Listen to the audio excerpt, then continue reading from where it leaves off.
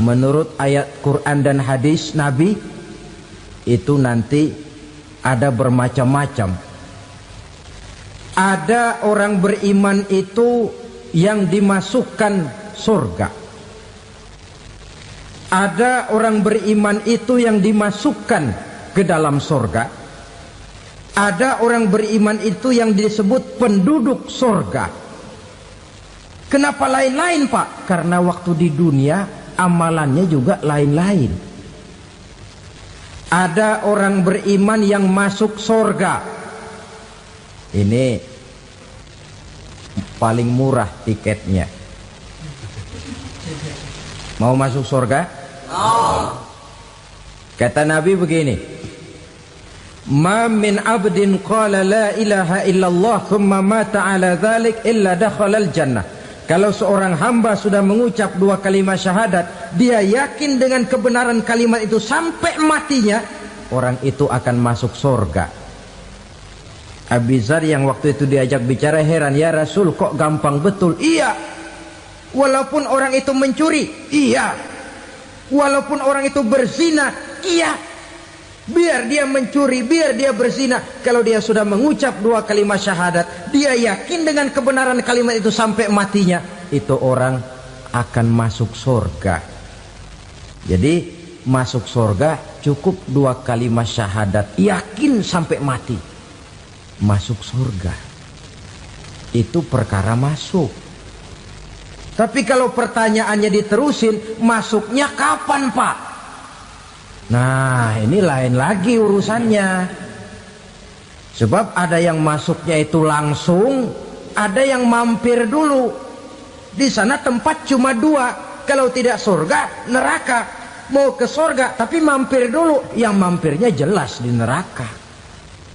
Kenapa? Dalam hadis qudsi ada riwayat, nanti itu di akhirat, setelah Allah selesai mengatur penduduk surga masuk surga, yang neraka masuk neraka, Allah berkata kepada malaikat Malik, malaikat Malik, labaik ya Allah, itu bajingan-bajingan tengik, manusia-manusia durjana yang waktu di dunia tidak mau sujud, jauh dari ulama, gemar melakukan yang munkarat dan maksiat, hidup di tengah masyarakat selalu jadi bibit keonaran, kufur, sudah masuk neraka semua. Sudah ya Allah. Nah, kalau sudah, coba sekarang kamu masuk, Malik. Saya, iya, masuk neraka. Mau apa ya Allah? Kata Allah, akhriju minan nar man kana fi qalbihi misqala habatin min khardalin min iman. Kau masuk neraka, cari di dalam neraka orang-orang yang ada imannya walaupun kecil sebesar biji zarah, angkat mereka keluar. Masuk malaikat Malik ke neraka, cari orang yang ada imannya, korek-korek. Ya repot, udah pada gosong. Yang ada imannya diangkat ke atas, yang ada imannya diangkat ke atas, lalu dimandikan di Nahrul Hayat, namanya sungai kehidupan di akhirat nanti. Cakep lagi rupanya, bersih lagi wajahnya, apel di hadapan Allah. Kata Allah, bagaimana mas? Kapok nggak sampean? Kapok ya Allah. Nah, kalau kapok, idhab fadkhulil jannah, pergi masuk surga sana. Berangkat mereka ke surga, ketemu sama teman-temannya yang udah sampai lebih dulu, yang nggak pakai mampir lagi. Terjadi dialog. Kata teman-temannya yang udah pada nyampe duluan, mas, iya, emang baru sampai? Saya baru sampai. Memang mampir di mana dulu mas? Kita sudah lama sampai di surga. Saudara buka surah Al-Muddatsir ayat 34-35. Ma salakakum fis saqar? Kenapa kamu mampir di neraka Saqar? Qalu lam naku minal musallin. Mereka menjawab, kami mampir di neraka Saqar mas, gara-gara dulunya kami waktu di dunia ndak pernah sholat. Ndak pernah sholat? Ndak pernah. Kan rumahnya dekat masjid, cuma dekat doang mas. Sholat mah enggak saya. Enggak pernah ngasih makan fakir miskin, enggak pernah hadir di majelis taklim, pendeknya enggak pernah melakukan kebajikan, maka saya pun mampir di neraka sakor. Untung betul saya punya iman mas sedikit. Waktu hidup di dunia dulu saya pernah mengucap 2 kalimat syahadat, sekali-kalinya waktu mau kawin. Masya Allah. Untung saja kawin, kalau nggak kawin polos.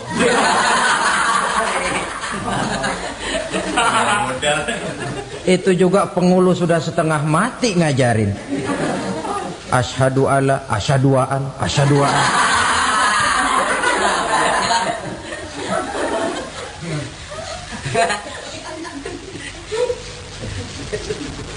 Ini namanya masuk surga, ada mampir dulu.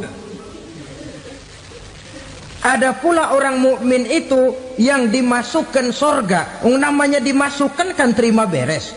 Saya masuk ke rumah, jalan sendiri, cari tempat sendiri. Saya dimasukkan ke dalam rumah, terima beres. Pokok ada di dalam, itu dimasukkan namanya. Nggak pakai mampir. Tapi tentu tiketnya lebih mahal ketimbang yang pertama tadi. Apa kata Allah? Innal ladzina amanu wa amilus salihat la ukaffiranna anhum sayyi'atihim wa la udkhilannahum jannah. Sesungguhnya orang-orang yang beriman kemudian beramal soleh, kami hapuskan segala dosa dan kesalahannya, kami masukkan mereka ke dalam surga. Lihat ayatnya, Allah yang memasukkan, kita yang dimasukkan. Tidak pakai transit, tidak usah mampir.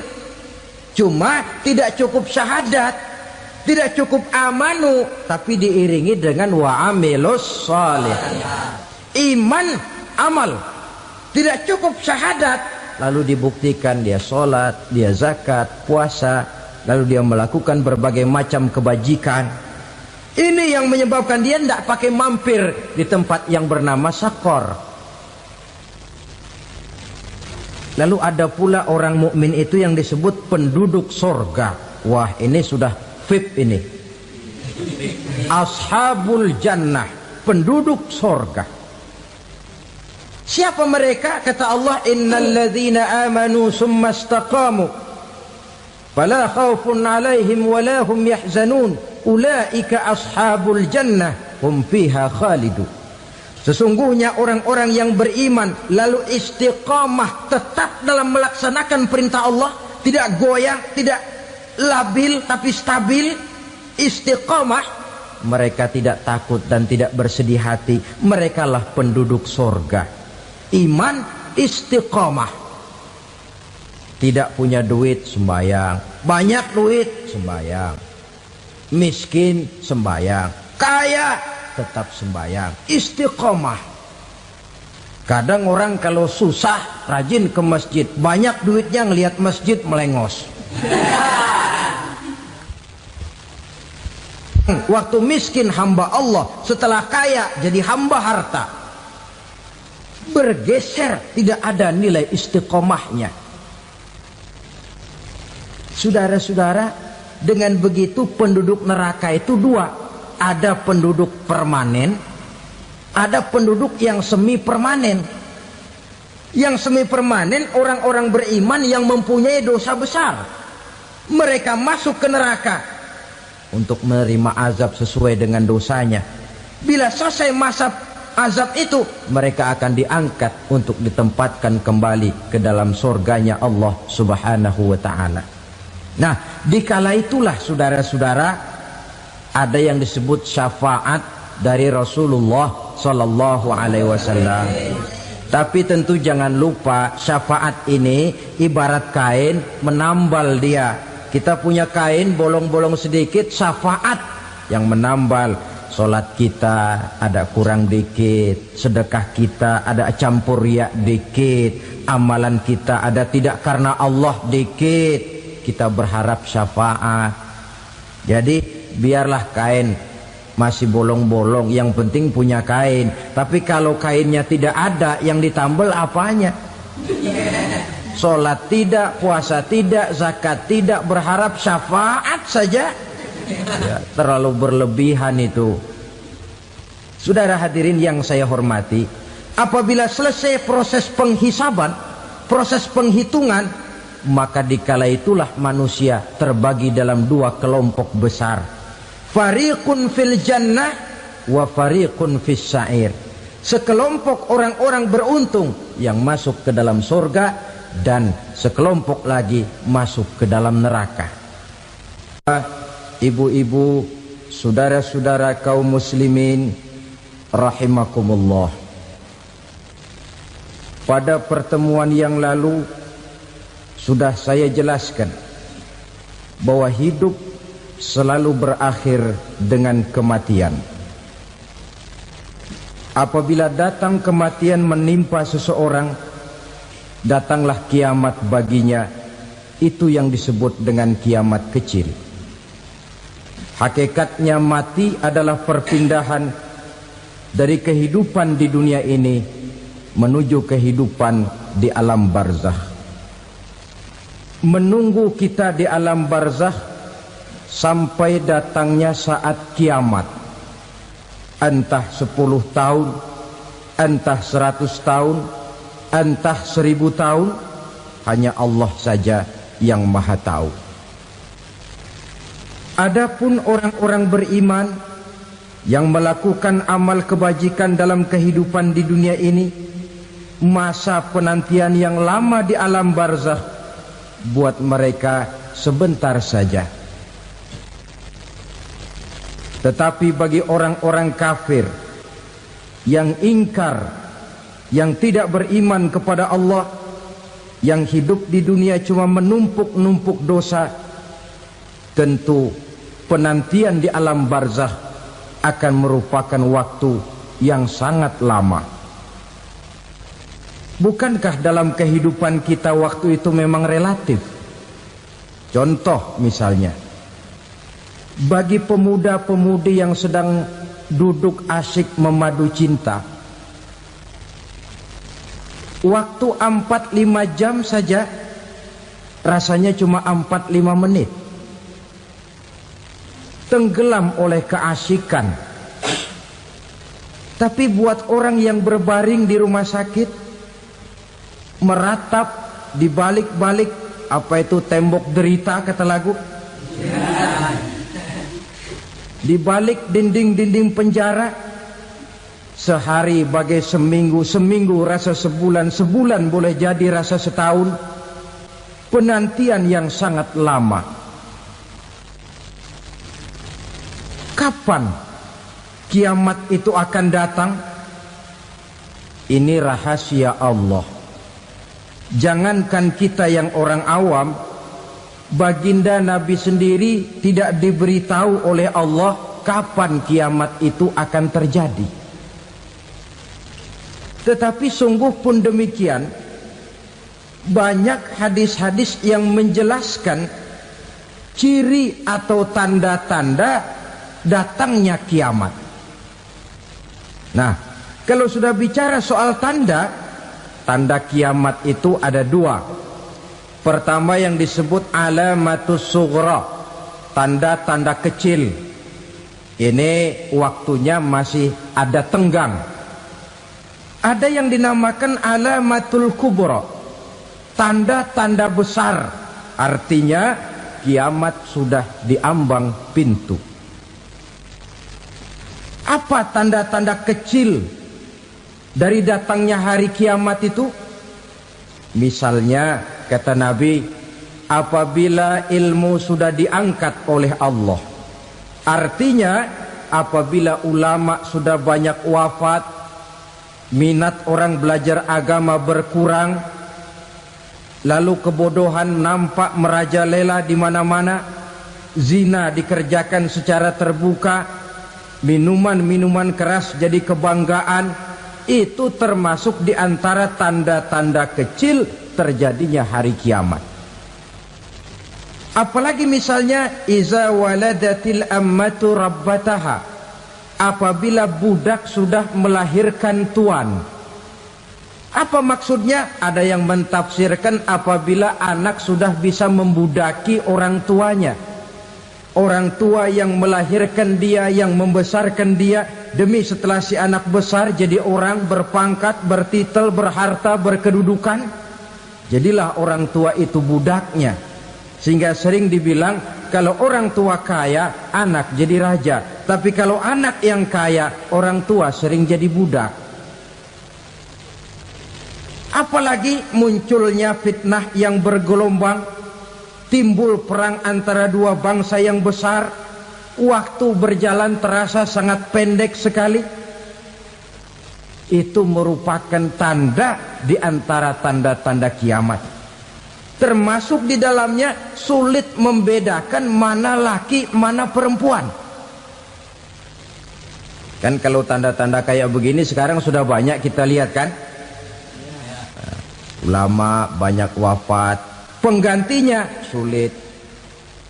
Zina dikerjakan berterang-terangan, minuman keras jadi kebanggaan, banyak anak membudaki orang tuanya, sulit membedakan mana laki mana perempuan. Kadang-kadang dari belakang kita lihat perempuan bener, begitu kita colek nengok jenggotan.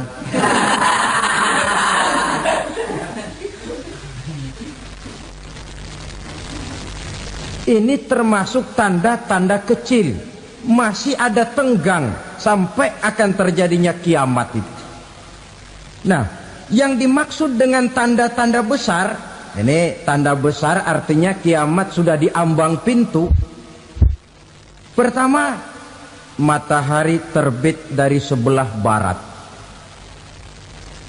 Apabila matahari sudah terbit dari arah sebelah barat, tertutuplah sudah pintu taubat. Bersabda Nabi kita, la taqumus sa'atu hatta tatlu'a syamsu min maghribiha.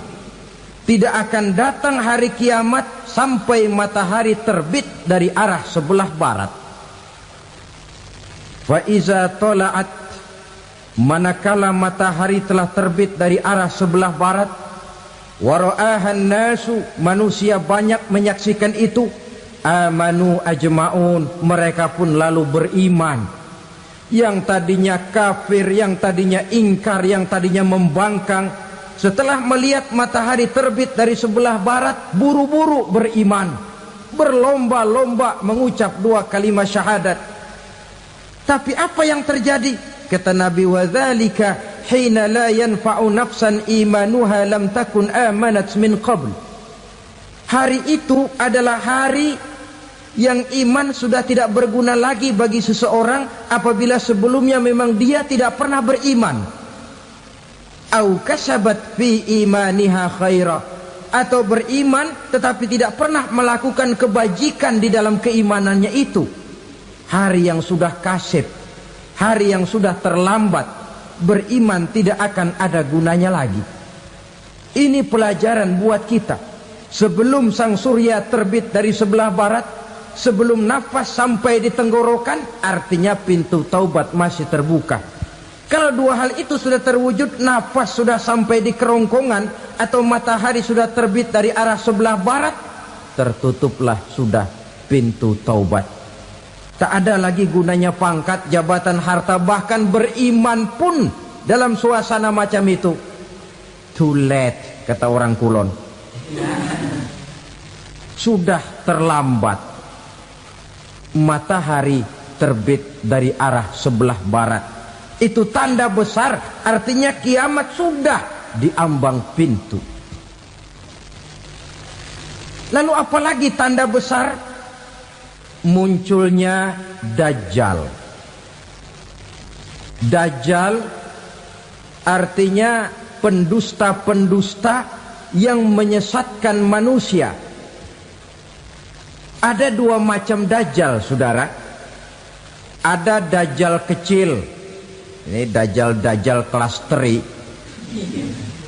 Kalau ini sejak zaman Rasulullah sudah ada itu. Tiap zaman ada.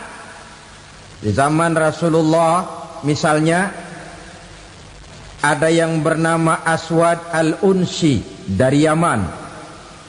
Ada yang namanya Musailamah Al-Kazzab dari Yamamah. Ada yang namanya Ibnu Sayyad dari Madinah. Ini dajjal-dajjal di zaman Rasul.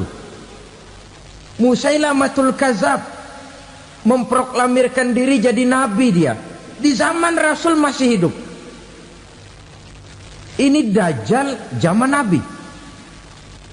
Di zaman sahabat muncul dajjal-dajjal. Di zaman kita sekarang ini dajjal-dajjal pun gentayangan. Dajjal-dajjal kelas teri. Kerjanya mendustakan manusia, menyesatkan manusia, memalingkan manusia dari jalan yang benar dan diridhoi oleh Allah Subhanahu wa taala.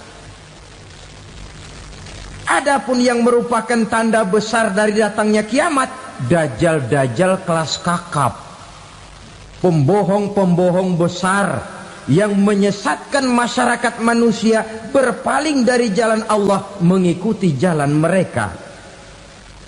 Apa sih ciri dajjal itu? Kata Nabi dalam hadis Bukhari Muslim, inna dajjala, sesungguhnya yang namanya dajjal itu yakhruju, satu saat akan muncul mendekati hari kiamat. Wa inna ma'ahu ma'an, si dajjal ini membawa air. Wa naran, dan juga membawa api. Dua simbol. Di tangan yang satu dia bawa air, di tangan yang satu dia bawa api. Wa ammal ladzi yarahu an-nasu ma'an fanarun, adapun yang orang banyak lihat air, hakikatnya adalah api. Yang dilihat api, hakikatnya adalah air. Oleh sebab itu, kalau api yang ditawarkan, ambillah air. Kalau air yang ditawarkan, pilihlah api. Maksudnya apa ini? Ini bahasa simbol, saudara-saudara. Dajjal bicaranya seolah-olah untuk kepentingan manusia. Menawarkan surga. Surga yang dia tawarkan hakikatnya neraka. Hai manusia, kalau kau mau bahagia, jangan dekat-dekat dengan agama. Solat itu tidak efektif dan efisien, tidak produktif dari segi ekonomi itu. Menghadiri majelis taklim cuma buang-buang waktu. Tahajud, tasbih, tahlil, baca Quran, apa itu? Pekerjaan mubazir saja. Hidup ini cuma sekali, masa yang cuma sekali, manfaatkan dengan sebaik-baiknya. Mumpung, dibawanya sifat mumpung tetapi dalam pengertian yang sangat negatif. Bicaranya seolah-olah untuk kepentingan manusia, tetapi sebenarnya menjerumuskan manusia. Menawarkan air tapi sebenarnya api. Menawarkan api tapi hakikatnya air. Buat apa kamu sholat? Buat apa kamu bayar zakat? Buat apa kamu puasa? Surga yang dicanangkan dajjal hakikatnya neraka. Neraka yang digambarkan dajjal pada dasarnya adalah surga. Jadi memutarbalikkan fakta itu kerjaan dajjal. Yang hak jadi batil, yang batil dibilang hak, yang benar jadi salah, yang salah malah jadi benar. Tuntunan disuruh jadi tontonan, tontonan malah menjadi tuntunan. Itu pekerjaan dajjal profesinya. Zamannya Nabi Adam, dajjalnya kan iblis. Betul? Betul. Apa sih gang kerayuan iblis itu? Allah setelah menciptakan Nabi Adam kan bilang, Adam, kau dan istrimu Hawa tinggal di surga ini. Seluruh fasilitas yang ada di surga persilahkan kau nikmati. Satu yang tidak boleh, jangan coba-coba dekati pohon khuldi. Dekat saja jangan, apalagi sampai memetiknya. Datang dajjal yang namanya iblis ini. Adam, kamu tahu nggak kenapa tidak boleh makan buah khuldi? Ya nggak tahu, pokoknya saya dilarang. Bodoh kamu Dam. Khuldun artinya kekal. Kalau kamu makan itu buah, kau akan kekal di surga buat selamanya. Allah tidak kepengen, maka dilarang kamu makan buah khuldi. Kalau kau ingin kekal di surga Adam, makan saja. Saya bicara begini ini untuk kepentingan kamu Adam. Ini kan ciri-ciri Dajjal. Bicaranya sih seolah-olah untuk kepentingan Nabi Adam, hakikat sebenarnya menjerumuskan Nabi Adam supaya ingkar dan melanggar larangan dari Allah Subhanahu wa ta'ala. Jadi setelah muncul Dajjal, timbul kekacauan-kekacauan di masyarakat. Banyak yang terpengaruh, terpedaya dan terpesona. Termasuk mereka yang memproklamirkan diri jadi nabi, mereka yang memproklamirkan diri jadi rasul di zaman sesudah Rasulullah wafat. Itu adalah Dajjal. Maka saya ingatkan, kalau di zaman kita sekarang ini ada orang ngaku jadi nabi, ada orang ngaku jadi rasul, biar bahasa Arabnya kental, Quran hafal, hadis ribuan hadis hafal, biar pakai serban sampai menyengser ke tanah, bahasa Arabnya fasih, tapi dia mengaku jadi nabi, jadi rasul, kita umat Islam wajib tidak percaya. Wajib untuk tidak percaya. Itulah Dajjal zaman kita sekarang ini. Tidak mustahil mereka datang mempengaruhi orang awam supaya berpaling dari Rasulullah, mengikuti mereka. Nah, di akhir zaman nanti, mendekati hari kiamat, Dajjal ini muncul. Dajjal kelas kakap, menyesatkan masyarakat manusia untuk berpaling dari Islam, mengikuti seruan mereka. Apalagi di antara datangnya kiamat itu, tanda yang besar itu, turunnya Nabiullah Isa Al-Masih, putra Maryam. Menurut berbagai hadis yang sahih, Nabi Isa Al-Masih nanti akan turun lagi. Tidak membawa risalah yang baru, tapi meluruskan risalah Islam ini yang telah banyak ditinggalkan oleh masyarakat. Bahkan ada hadis menjelaskan beliau akan membunuh Nabi, mematahkan kayu-kayu salib, lalu melaksanakan haji dan umrah mengikuti syariat Nabi Muhammad, bukan membawa agama baru.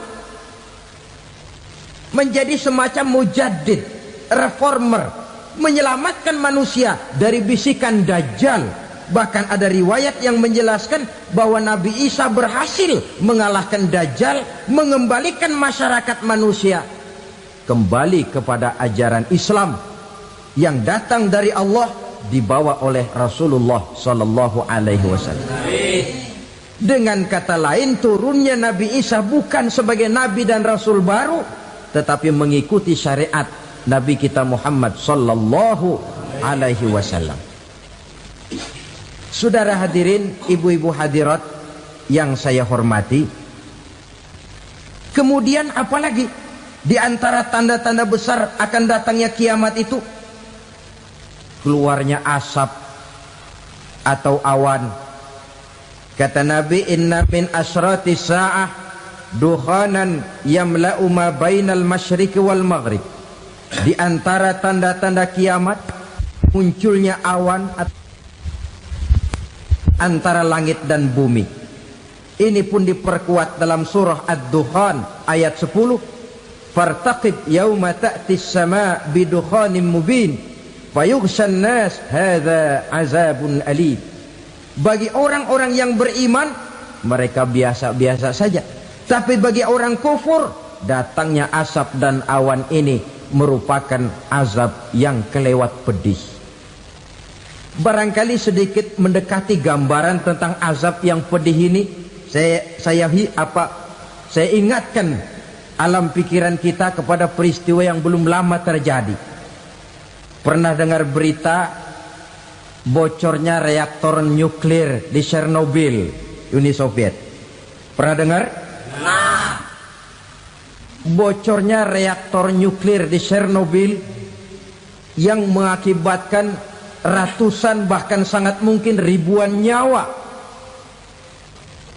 Cuma satu reaktor. Bagaimana kalau seluruh cadangan nuklir yang dimiliki oleh para negara adikuasa ini diledakkan?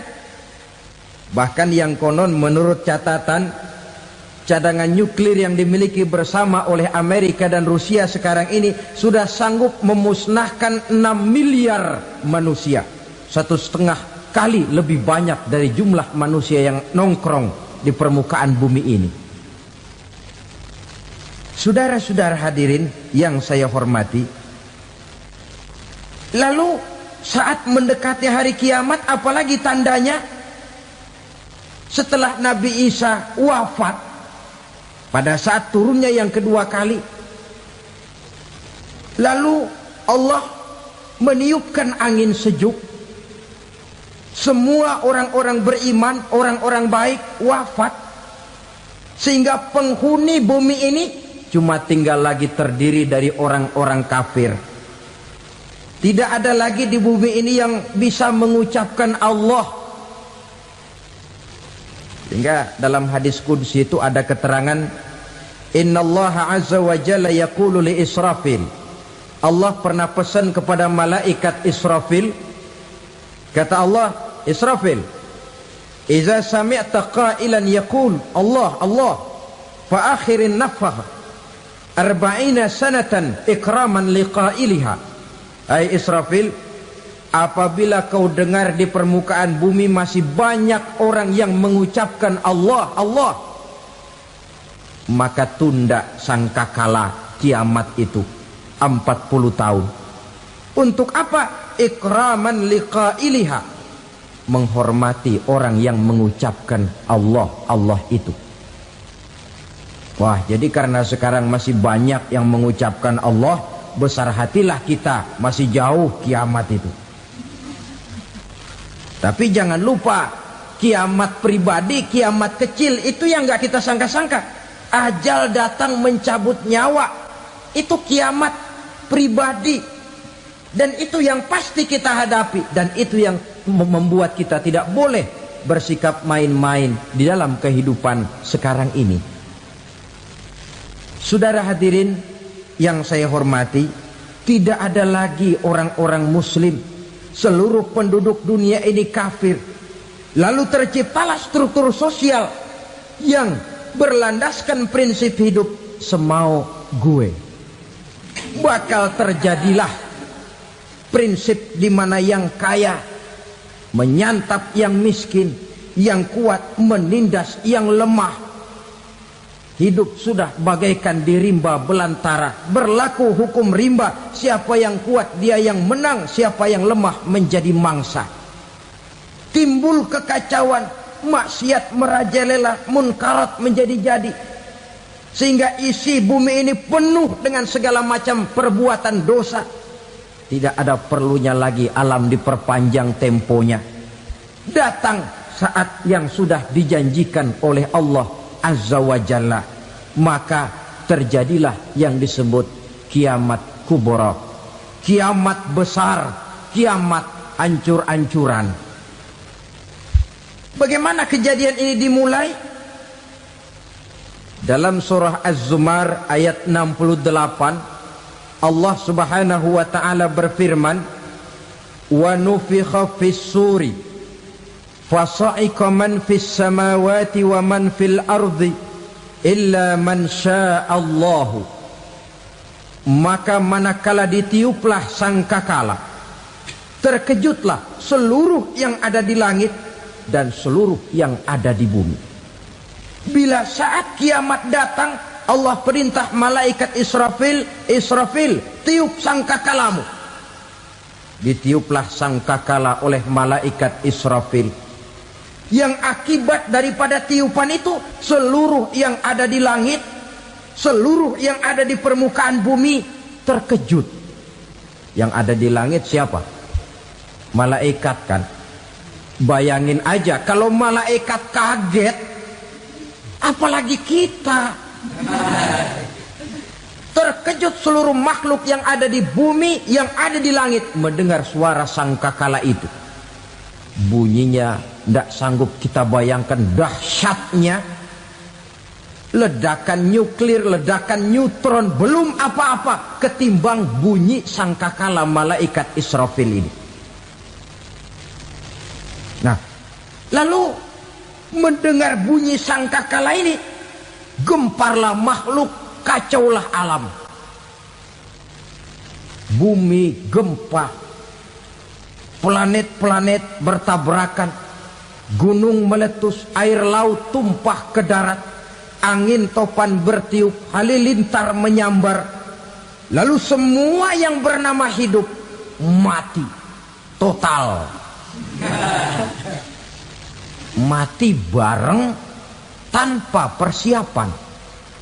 La haula wala quwata illa billah. Saya kadang-kadang dalam tafakur bermohon, ya Allah, mudah-mudahan saya enggak nemuin kiamat beneran. Ngeri. Tidak bisa kita bayangkan macam apa suasana seperti itu. Allah saja banyak memberikan gambaran, misalnya Al-Qari'ah, wa mal qari'ah, wa ma adraka mal qari'ah. Kejadian yang menggemparkan. Tahukah kamu apa kejadian yang menggemparkan itu? Yauma yakunun nasu kal farasil mabsus wa takunul jibalu kal ihnil manfus. Pada saat itu manusia berterbangan bagai kupu-kupu, gunung berterbangan seperti kapas ditiup angin. Gunung saja macam kapas, konon lagi manusia. Kematian total, mulai semut sampai gajah mati, jin mati, iblis mati, malaikat mati. Malaikat saja mati. Saudara hadirin yang saya hormati, kematian total yang tanpa persiapan. Orang bilang, Pak, kalau mati bareng begitu yang repot malaikat maut dong ya. Cabut sana, cabut sini. Itu kalau menurut logika kita, mestinya begitu menurut logika. Tapi logika juga yang nggak perlu serepot itu. Sebab untuk mematikan listrik di wilayah DKI, di wilayah Jakarta, nggak perlu tiap rumah didatengin, matiin, ya lama. Cukup dari kantor pusatnya saja PLN tekan satu tombol, gelaplah seluruh Jakarta. Saudara hadirin yang saya hormati, kematian total. Lalu setelah kematian total, planet-planet juga mati, dalam arti tidak bergerak dan beredar. Angin mati, dalam arti tidak bertiup. Air mati, dalam arti tidak ada riak gelombang. Pokoknya semua mati. Kullu nafsin za'iqatul maut. Semua yang bernafas mati. Dalam ayat lain, kullu man 'alaiha fan. Semua yang ada di permukaan bumi fana. Yang kekal cuma Allah Subhanahu wa ta'ala. Yang paling belakang mati, malaikat maut dan malaikat Israfil. Tapi mati juga sesuai dengan janji Allah. 10 lamanya. Tidak dijelaskan oleh Abi Hurairah 40 jam, apa 40 hari, apa 40 tahun. Hadis-hadis cuma menyebutkan 40 saja. Sunyi alam, yang tinggal cuma Allah saja lagi. Ketika itu Allah berseru-seru, katanya, limanil mulkul yauma. Siapa para penguasa hari ini? Mana itu raja-raja dan penguasa yang dulu mengaku jadi Tuhan? Fir'aun. Mana Fir'aun sekarang? Yang dulu jadi raja, merasa berhasil, sombong, lalu tidak mau turun-turun dari kekuasaannya, sampai kepada puncak kekurang ajarannya mengangkat diri jadi Tuhan. Mana itu Fir'aun? Namrus. Mana sekarang Namrus? La ilaha illa ana. Ternyata tidak ada Tuhan lain selain daripada aku, kata Allah. Proses kemudian, saudara-saudara, turunlah hujan dari langit. 40 lamanya hujan itu. Tidak jelas juga 40 jam apa 40 hari. Setelah air turun membasahi, datanglah tiupan sangkakala yang kedua. Semua yang bernama mati bangkit dari kuburnya masing-masing. Ini yang disebut Yaumul Ba'thi, hari kebangkitan. Allahu Akbar. Pada saat kita bangkit dari kubur kita masing-masing, kumpul di padang mahsyar namanya. Bayangin aja, saya sendiri nggak sanggup bayangin. Manusia sejak zaman Adam sampai zaman kiamat kumpul bareng di tempat sama. Berapa banyaknya itu?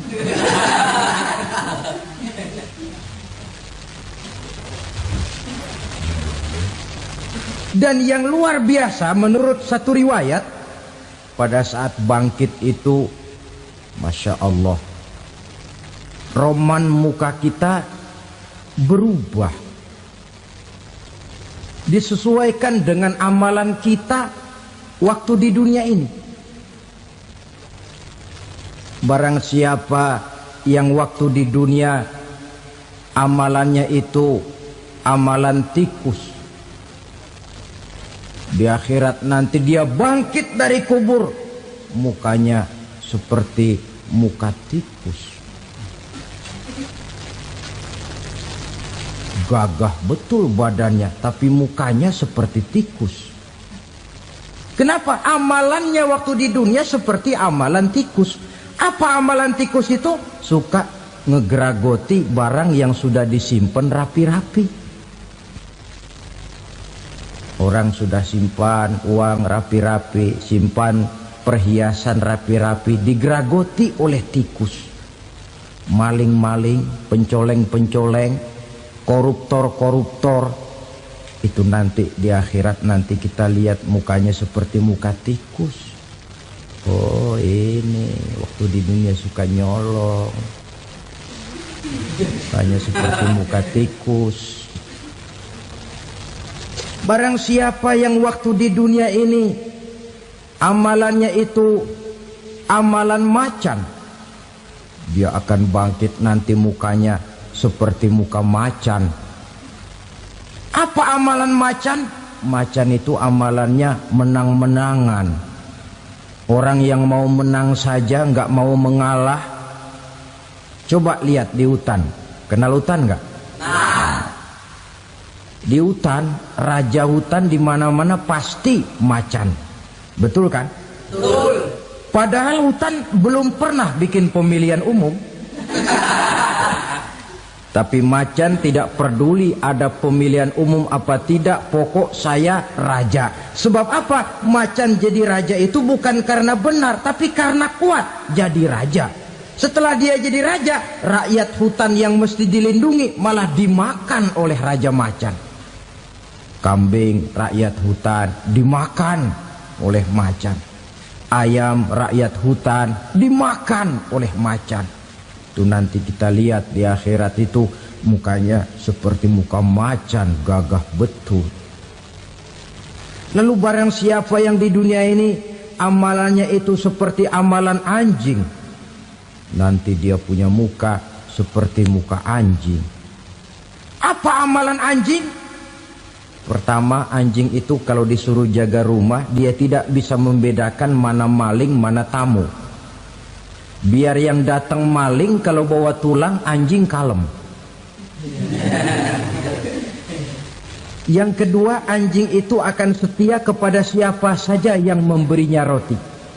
Siapa yang memberinya roti, itulah majikannya. Apa kata majikannya, pasti dia laksanakan. Soal benar atau salah, dia tidak peduli. Setelah anjing dapat roti, dia tidak punya pilihan lain kecuali bilang, abdi mah kumaha juragan wae ayeuna mah.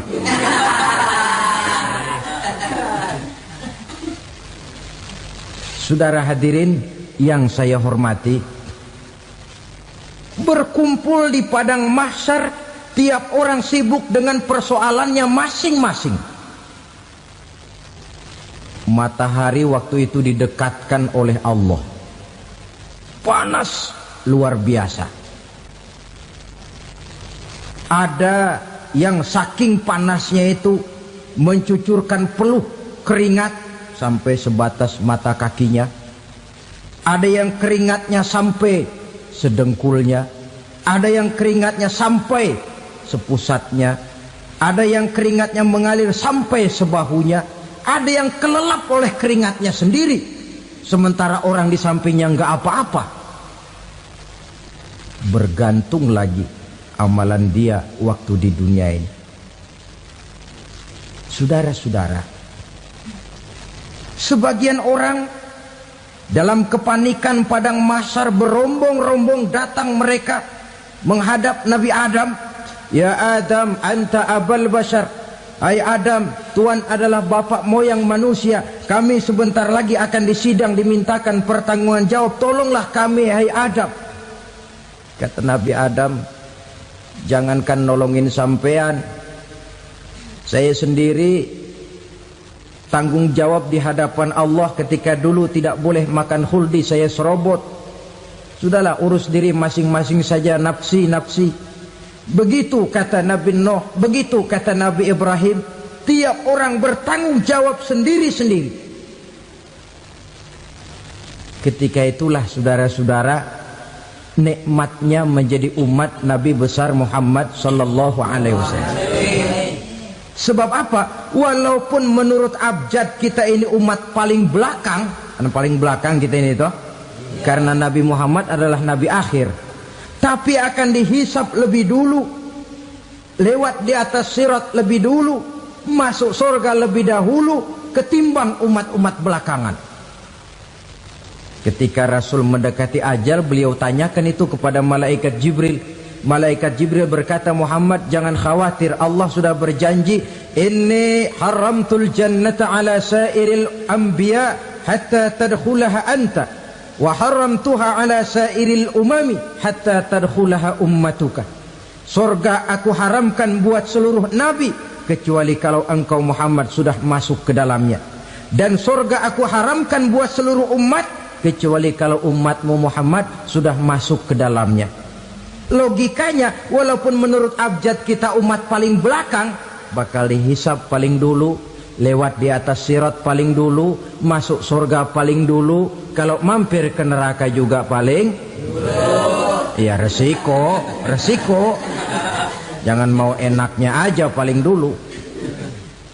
Saudara hadirin yang saya hormati, setelah masa kebangkitan itu jangan dikira begitu bangkit langsung diperiksa. Masih menunggu menanti ribuan tahun perhitungan padang mahsyar untuk sampai kepada proses yang disebut yaumul hisab, hari perhitungan. Seorang demi seorang bakal dipanggil. Bayangkan saja, kita se-RT saja di absen, kadang-kadang perlu waktu lama. Ini manusia sejak zaman Nabi Adam sampai datang hari kiamat, satu demi satu disidang di hadapan Qadhi Rabbul Jalil. Status sosial copot sudah waktu itu. Yang pernah jadi hartawan di situ tidak lagi kelihatan kehartawanannya. Yang pernah jadi jenderal tidak lagi dipanggil jenderalnya. Yang ustadz tidak lagi dipanggil al-mukarramnya. Seluruh status sosial selesai. Dipanggillah kita seorang demi seorang menghadap Qadhi Rabbul Jalil. Bagaimana proses penghisaban itu? Pertama, proses tanya jawab. Di antaranya ada hadis menyatakan, lan tazula qadama 'abdin yaumal qiyamah hatta yus'ala an arba'i khisalin. Besok di hari kiamat tidak akan bergeser telapak kaki seorang hamba sampai dia ditanya lebih dulu tentang 4 persoalan. Tentang ilmunya, kemana ilmu itu diamalkan. Tentang umurnya, di mana umur itu dihabiskan. Tentang masa mudanya, kemana masa muda itu dipakai. tentang hartanya, dari mana harta itu didapat dan kemana harta itu dibelanjakan. Ini termasuk proses tanya jawab. Jadi kalau istilah pengadilan dunia, nama Fulan bin Fulan. Kamu waktu di dunia diberikan umur panjang untuk apa? Pernah mengalami masa muda, kemana kau habiskan masa remajamu? Kau diamanahkan ilmu, dengan apa ilmumu kau amalkan? Kau diberikan harta, dari mana harta kau dapat, kemana kau belanjakan? Tak seorang pun yang bisa mungkir. Sebab apa? Dikala itu yang menjadi saksi bukan orang. Yang menjadi saksi adalah seluruh anggota badan kita. Tangan bicara, kaki jadi saksi terhadap seluruh amalan yang pernah kita kerjakan pada saat kehidupan di alam dunia ini. Selesai proses tanya jawab, lalu diperlihatkan buku catatan kita waktu hidup di dunia ini. Jangan lupa Allah itu menyiapkan 2 superkomputer kepada kita. Sebelah ditempelin sebelah kanan, yang sebelah tempelin di sebelah kiri. Komputer itu namanya Raqib dan Atid. 2 malaikat yang apabila baik kita lakukan, refleks saja akan menulis kebajikan kita. Jahat kita kerjakan akan tertulis. Catatan itu nanti diperlihatkan kepada kita. Waduh, alangkah malunya pada saat diperlihatkan catatan kita, buku rapot kita merah melulu. Barangkali diperiksa sambil diomelin, brengsek lo. Buku merah melulu begini, bagaimana waktu hidup di dunia? Tidak cukup diperlihatkan buku catatan kehidupan, rekaman kehidupan. Rekaman kehidupan kita secara utuh sejak terlahir sampai ajal datang merenggut nyawa. Barangkali mirip dengan video sekarang ini, di mana terekam dengan baik seluruh kegiatan kita, sejak yang sekecil-kecilnya sampai kepada yang sebesar-besarnya. Untuk kemudian kita pun menerima balasan. In khairan fa khairun wa in syarran fa syarrun. Kalau baik ya baik balasannya, kalau jahat ya jahat juga balasannya. Catatan-catatan kita diberikan. Kalau banyak kebajikannya diberikan di tangan kanan dengan cara yang halus. Kalau banyak kejahatannya diberikan dari sebelah kiri atau dilempar dari belakang. Itulah sebabnya sejak di dunia ini kita sudah mohon kepada Allah. Ketika berwudu membasuh tangan kanan, apa kita bilang? Allahumma a'tini kitabi biyamini wa hasibni hisaban yasira. Ya Allah, berikan saya kitab di tangan kanan, dan kalau saya memang perlu dihisap, hisaplah saya yang seringan-ringannya. Tangan kiri berlindung kita kepada Allah, jangan sampai diberikan kitab di tangan kiri atau dari arah sebelah belakang. Wa a'udzubika an tu'tiya kitabi bishimali aw min wara'i zuhri, dari arah sebelah belakang. Na'udzubillah min dzalik. Setelah selesai lewat proses penghisaban, lewat mizan, timbangan, maka yang sudah selesai dihisab itu bergeraklah menuju sirat, jembatan yang terbentang menuju surga melalui neraka. Saudara-saudara, panjangnya perjalanan sirat itu memakan waktu ratusan tahun. Tetapi orang yang lewat di atas sirat pun macam-macam, bergantung amalannya ketika di dunia ini. Ada yang lewat di atas sirat itu kal barkil khatib, seperti kilat yang menyambar, lep, sudah sampai dia di surga. Cepat bukan main. Ada yang lewat di atas sirat itu seperti orang lari-lari. Ada yang lewat di atas sirat itu seperti orang jalan biasa. Ada yang sambil merangkak, ada yang sambil ngesor, ada yang sambil gelayutan, ada yang selamat sampai ke ujung ke surga, ada yang tergelincir jatuh masuk ke dalam neraka, bergantung amalannya dalam kehidupan di dunia sekarang ini. Tiap kita akan melewati yang namanya sirat ini. Saudara-saudara kaum muslimin yang saya hormati, dengan demikian mereka yang selamat melalui sirat sampai ke terminal akhir surga, mereka yang ketika dihisab ternyata banyak kejahatannya daripada kebaikannya, mereka singgah di dalam neraka. Nah, adapun orang-orang yang beriman menurut ayat Quran dan hadis Nabi itu nanti ada bermacam-macam. Ada orang beriman itu yang dimasukkan surga. Ada orang beriman itu yang dimasukkan ke dalam surga. Ada orang beriman itu yang disebut penduduk surga. Kenapa lain-lain, Pak? Karena waktu di dunia amalannya juga lain-lain. Ada orang beriman yang masuk surga. Ini paling murah tiketnya. Mau masuk surga?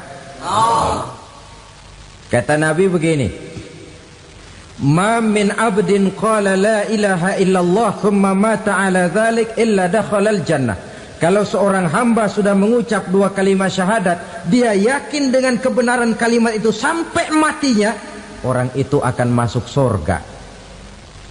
Abi Dzar yang waktu itu diajak bicara heran, ya Rasul kok gampang betul? Iya, walaupun orang itu mencuri, iya, walaupun orang itu berzina, iya.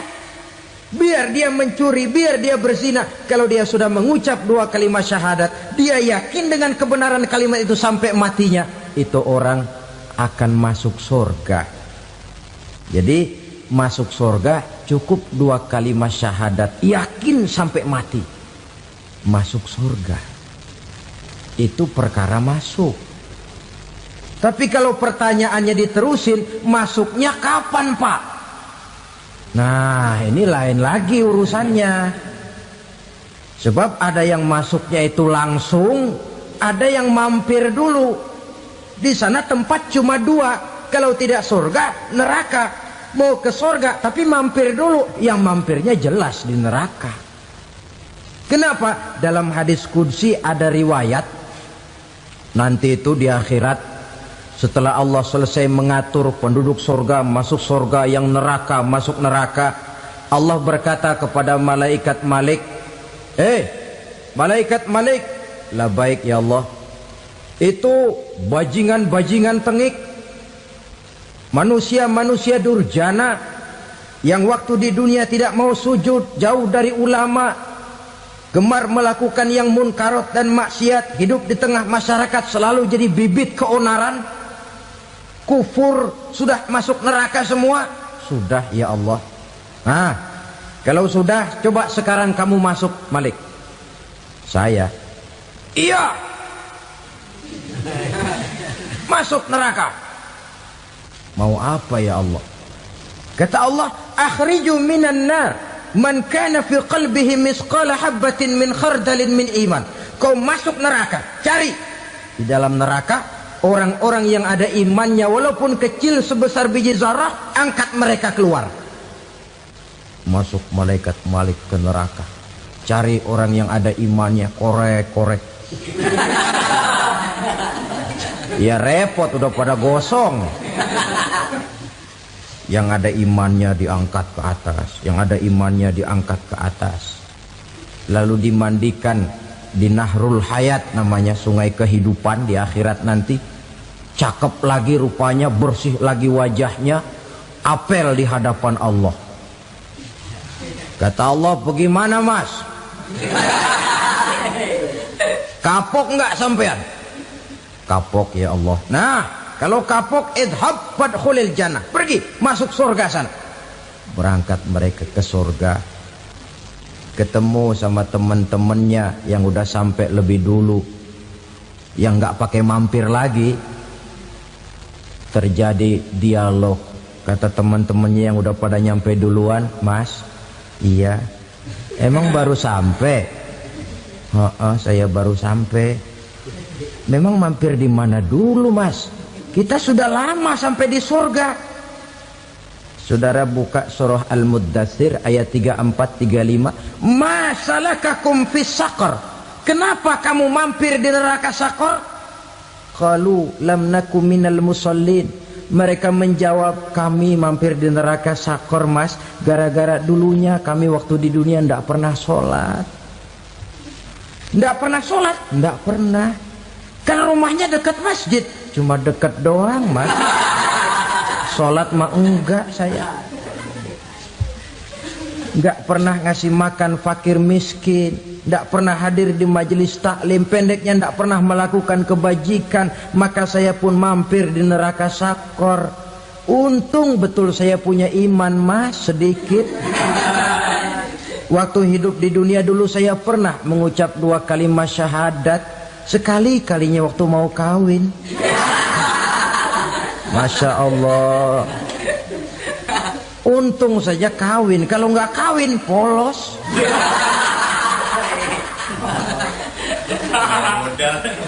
Itu juga pengulu sudah setengah mati ngajarin.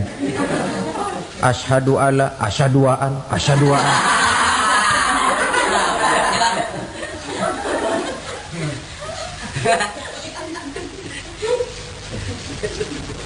Ini namanya masuk surga, ada mampir dulu. Ada pula orang mukmin itu yang dimasukkan surga. Namanya dimasukkan kan terima beres. Saya masuk ke rumah.